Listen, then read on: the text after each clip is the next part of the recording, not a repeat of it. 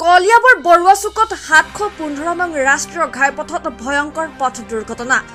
পথৰ কাষৰ বৈদ্যুতিক তাঁৰত লাগি মৃত্যু ট্ৰাক চালকৰ। কণ্টেইনাৰ ট্ৰাকখনৰ নম্বৰ HR38W9334। বৰ্তমানলৈকে ট্ৰাক চালকৰ পৰিচয় জানিব পৰা হোৱা নাই। দুৰ্ঘটনাস্থলীত কলিয়াবৰ আৰক্ষী উপস্থিত হৈ তদন্ত অব্যাহত ৰাখিছে। News desk report, any express.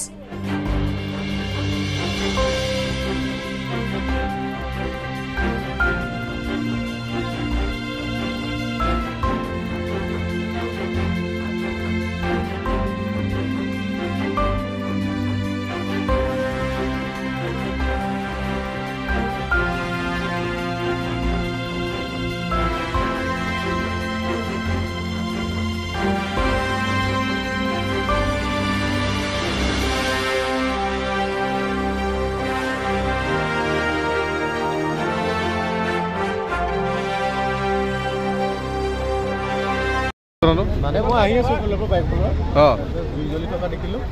গাড়ীখন জ্বলি আছিলে। গাড়ীখনৰ এইখিনি সন্মুখখিনি জ্বলি আছে। কিবা মানুহ কিবা হৈছে নেকি? মানুহজনটো প্ৰায় উশাহ লোৱাৰ নিচিনা আছিলে। মই এম্বুলেঞ্চ মতাৰ পিছত দাদাহঁতে ক'লে বোলে তেওঁ নাই আৰু ঢুকাই গৈছে ন। মানে ইয়াতে স্পট ডেথ হৈছে আৰু মানে কাৰেণ্টৰ লাগি শ্বৰ্ট চাৰ্কিট হৈছে। কোনফালৰ পৰা আহিছিলে গাড়ীখন? জখলামনা চাইডৰ পৰা আহিছিলে। মানে কিবা অভাৰটেক কৰি গাড়ীখন সোমাই গৈছে নে? মানে ৰাস্তাৰ কাষতে লাগিছে, মানে ৰাস্তাৰ তাঁৰত লাগিছে নহয় জানো? ৰাষ্ট্ৰীয় ঘাইপথৰ কাষতে।